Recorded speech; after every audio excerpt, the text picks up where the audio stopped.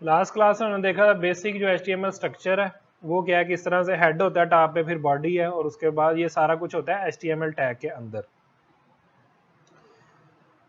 आज हमने बूटस्ट्रैप को देखना है। आप सिंपली आप करें getbootstrap.com, ठीक है, यहाँ पर आपको सारी इंफॉर्मेशन मिल जाएगी। सबसे पहली चीज़ है जी इंट्रोडक्शन, और उसमें CSS आपको पहले इसको CDN के थ्रू इंपोर्ट समझ लें करना होगा। तो उसका तरीकाकार क्या है कि ये CSS जो इनकी है, ये सारा लिंक आप कॉपी कर लें और ये लिंक आप अपने हेड में रखेंगे। यहाँ पर हेड के अंदर इस लिंक को आप रखेंगे, तो जब आप ये पेज हिट होगा तो ये ऑटोमेटिकली इसको इंपोर्ट कर लेगा, लिंक कर लेगा इस फाइल को इसके साथ। और उसके बाद जावास्क्रिप्ट की भी ज़रूरत होती है बूटस्ट्रैप को, तो उसकी भी ये 3 फाइल्स हैं जो आपको ऐड करनी होती हैं। जावास्क्रिप्ट की जो फाइल्स हैं ये बॉडी में सबसे लास्ट पे ऐड की जाती हैं, या पूरा डॉक्यूमेंट आपका लोड हो जाए उसके बाद आपकी जावास्क्रिप्ट ऐड हो। तो इसलिए इनको बॉटम में, क्योंकि अक्सर ये होता है कि कोई लॉजिक आप अगर लिख देते हो ना जिसकी ज़रूरत है, वो पेज अभी तक लोड नहीं हुआ होता, फिर जावास्क्रिप्ट रन नहीं होती ठीक से, तो इसलिए इसको बॉडी में सबसे लास्ट पे ऐड किया जाता है। ये आपको बेसिक टेम्पलेट दिखा रहे हैं कि आपने ये चीज़ें ऐड करनी है। उसके बाद एक स्टार्टर टेम्पलेट है आपके सामने, आप सिंपली इसको भी पूरे का पूरा कॉपी कर सकते हैं। ये पूरा उन्होंने HTML एक बेसिक हेलो वर्ल्ड पेज बनाया हुआ है। यहाँ पर पोजीशन भी सारी सेट है कि ये लास्ट में बॉडी में सबसे लास्ट पे जो है यहाँ पर आपने जावास्क्रिप्ट ऐड करनी है, और ये जो बूटस्ट्रैप CSS है ये आपने हेड के अंदर ऐड करनी है, अपनी मेटा इन्फॉर्मेशन सारी उसके बाद आपने इसको ऐड करना है।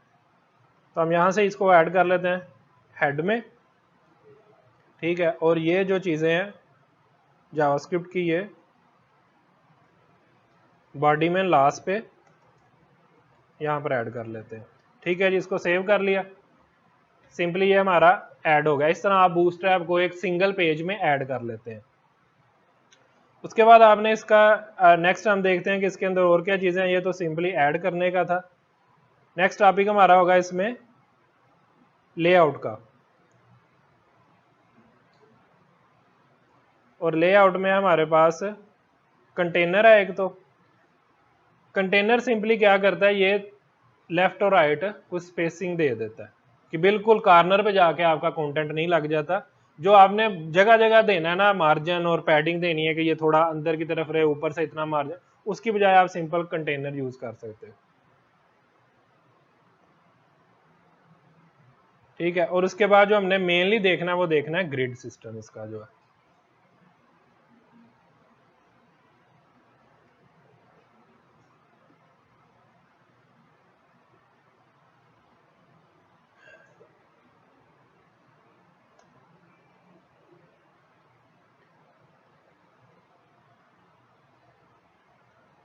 इस चीज़ को सबसे पहले समझ लें कि इसका ग्रिड सिस्टम, आपके पास स्क्रीन साइजेज जो है ना वो 3-4 किस्म की टोटल होती हैं।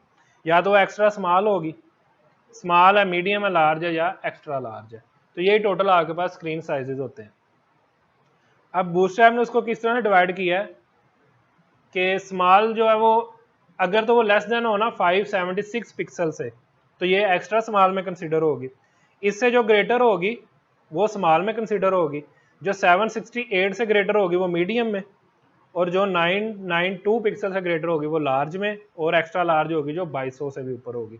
अब हर अगली और पिछली के लिहाज से दरमियान में जितनी वैल्यूज आती है ना वो उसी की होंगी।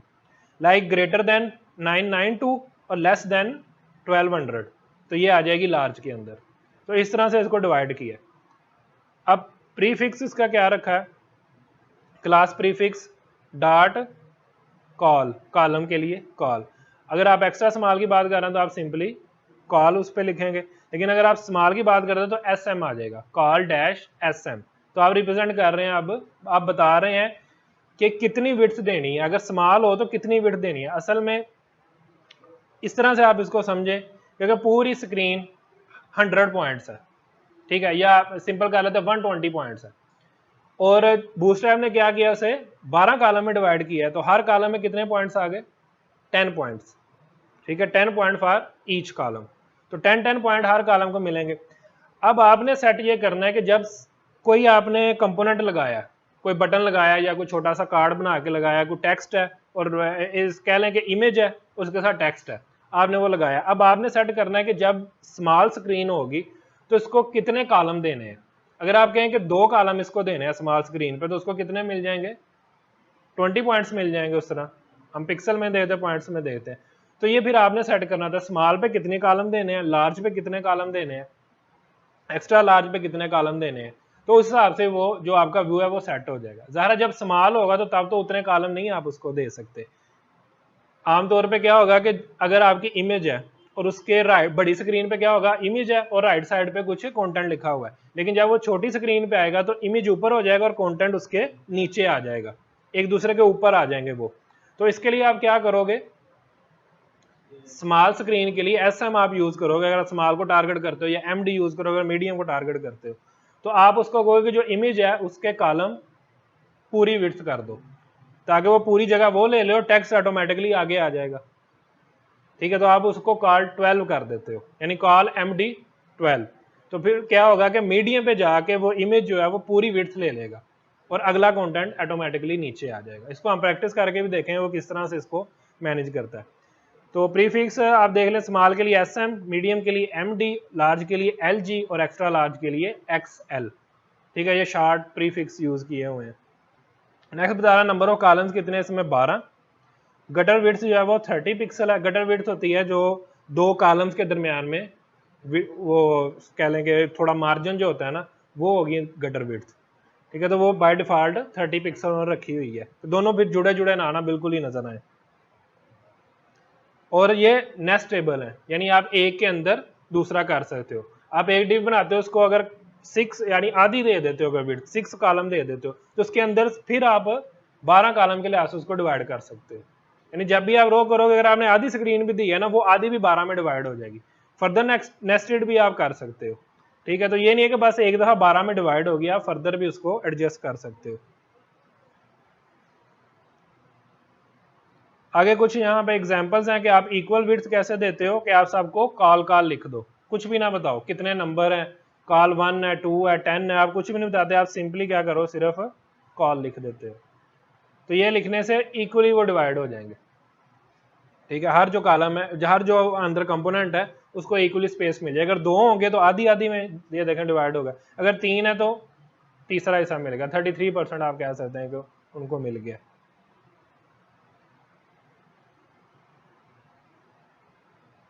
लेकिन अगर आप किसी की विड्थ सेट कर देते हो तो फिर वो उस हिसाब से ही वर्क करेगा।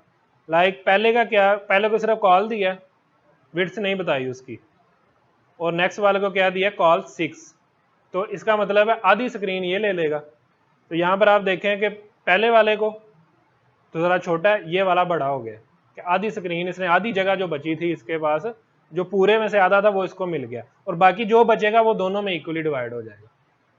तो आप इस तरह भी कर सकते हैं, किसी एक एलिमेंट को फिक्स विड्थ दे सकते हैं और बाकी सबको कहें कि वो इक्वली जो भी जगह बचती है वो उसको मिल जाए। ठीक है जी, अब इसको प्रैक्टिस कर लेते हैं। जो बेसिक चीज हमने देखी है, अब इसको आपने करना किस तरह से है, जब आप इसको बनाएंगे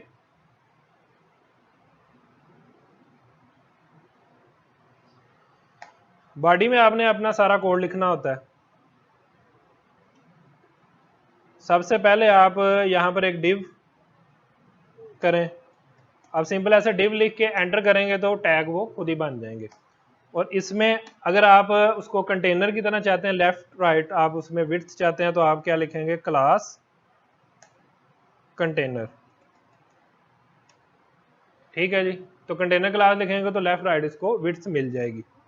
उसके बाद इसके अंदर ही टैग का बड़ा आपने ख्याल रखना है, स्टार्ट और जो क्लोजिंग इनके टैग है ना, स्टार्ट के और क्लोजिंग के, उनके अंदर आपने लिखना है। जब आप सारे को ये कंटेनर की तरह चाह रहे हो, लेफ्ट राइट पूरी विड्थ चाह रहे हो, तो एक टॉप पे आप डिव बनाओगे, उसको क्लास कंटेनर दे दोगे। उसके बाद आप डिव बनाएंगे, और अगर आप ग्रिड सिस्टम यूज करना चाहते हो तो मस्ट है आप यहाँ पर क्लास रो देंगे, फिर ही वो ग्रिड सिस्टम जो है वो अप्लाई होगा। अब इसके अंदर आप जितनी भी डिव्स लगाएंगे ना, वो ग्रिड सिस्टम को फॉलो करेंगी। आपने एक डिव सेट करनी है, उसको क्लास रो देनी है, और उसके अंदर फिर आपने बाकी अपना अब असल में आपने अपना कंटेंट लिखना है यहाँ पे। अब आप यहाँ पर पैराग्राफ लिखें, हेडिंग्स लिखें, जो भी आप लिखना चाहें, बटन बनाना चाहें आप बटन बनाए यहाँ पर, और फिर वहां पर आपने उनके क्लासेस सेट करनी है कॉलम के लिहाज से।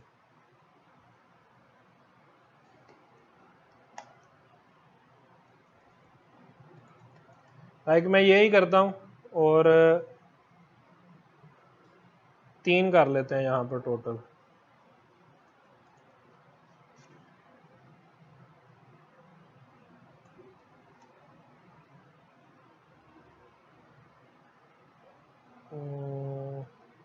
चलो 1, 3 और 4 मैंने ये 3 रखे हैं यहाँ पर। अब इसका रिजल्ट देख लेते हैं। अभी अगर आप इसको देखें तो सारे लेफ्ट पे आ गए हैं, कोई इसमें उस तरह से ग्रेड अप्लाई नहीं हुआ क्योंकि हमने इनको आगे कोई भी क्लास नहीं दी, सिर्फ ऊपर रो दिया है और अंदर कंटेंट लिख दिया है। इसके लिए आपको क्या करना है, क्लास और कॉल। अगर आप सिर्फ कॉल लिखते हैं तो ये सबको कितनी स्पेस मिलेगी, अगर आप सिर्फ कॉल क्लास लिखते हैं तो कितनी स्पेस मिलेगी सबको, ये इक्वली डिवाइड हो जाएंगे। ठीक है, सबको इक्वली मिल जाएगी। ये करने के बाद सेव और इसको रिफ्रेश करते हैं। ठीक है, तो वो जब पहले जुड़े हुए थे वो सारे अलग अलग हो गए हैं। जितनी स्पेस इसको अवेलेबल है, ये मैंने विंडो भी छोटी की हुई है तो ये उस हिसाब से ये इसको एडजस्ट करता है। अगर मैं इसको जैसे जैसे बड़ा करूँगा उस हिसाब से इसको एडजस्ट करता जाएगा उसी स्पेस के अंदर। अगर मैं इसको कम करता हूँ विंडो को, लाइक जैसे स्मॉल और मीडियम स्क्रीन्स हैं, तो उस बिहेवियर को समझ लें आप सिमुलेट कर रहे हैं, तो ये उनको छोटा करता है, तो उनकी स्पेस कम करता है, तो ये खुद ब खुद एडजस्ट कर रहा है। हमने सिर्फ और सिर्फ इसको पैटर्न एक बताया। अगर आप इसमें से सेंटर वाले में या पहले वाले को अगर आप कह देते हो कि ये 6 है और अब इसको रिफ्रेश करें तो उसको जगह ज़्यादा मिल गई है, आधी जो जगह थी वो आप पहले वाले को मिल गई और बाकी 2 में जो जगह थी वो डिवाइड हो गई है। अगर आप इसको 12 कर देते हैं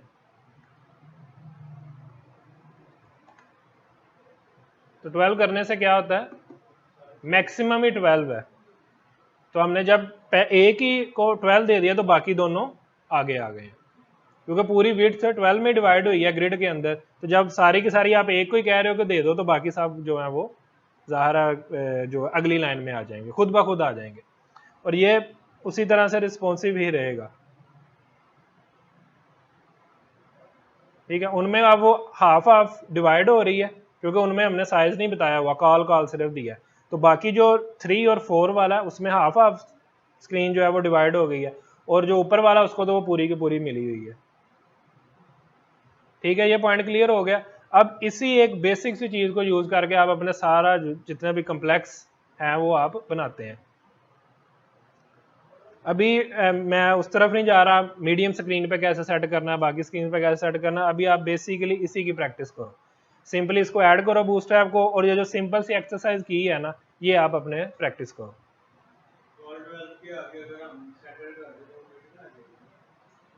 अब वो और क्लासेज हैं, आप उसको सेंटर करेंगे वो आ जाएगा। अलाइनमेंट है ना वो असल में, तो वो फिर दरमियान में, क्योंकि पूरी विड्थ उसके पास है, ये आपको लिखना पड़ेगा ना। बूटस्ट्रैप में इसकी क्लासेज हैं, हाँ इसी के अंदर आप स्पेस दे के अगली क्लास लिख देते हो।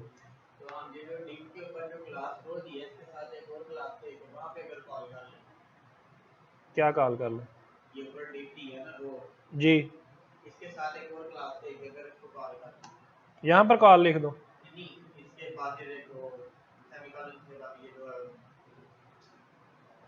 मैं समझा नहीं, इधर एक और इस तरह करेंगे ऐसे, इधर यहाँ पे क्लास, तो फिर ये वाली चलेगी। क्लास टैग आप क्लास प्रॉपर्टी है ना इसकी, तो वो आप एक दफ़ा ही दे सकते हैं। अगर आप 2 दफ़ा इसको लिखेंगे ना तो वो मुझे एग्जैक्टली माइंड में नहीं है वो पहली लेता है या दूसरी लेता है, लेकिन कोई एक ही लेगा वो दोनों में से, वो एक ओवरराइड समझ ले हो जाएगी ना। मुझे अब जेन में नहीं है कि वो पहले वाली को सिलेक्ट करता है या दूसरे वाली को सिलेक्ट करता है। तो आप इसी में स्पेस के साथ लिखेंगे ना क्लासेस, दोबारा क्लास का प्रॉपर्टी लिखने के मतलब ये क्लास कीवर्ड लिखने की ज़रूरत नहीं है, आप इसी में स्पेस दे के अगली क्लास लिख सकते हैं। ठीक है जी, अब इसकी आप प्रैक्टिस करें।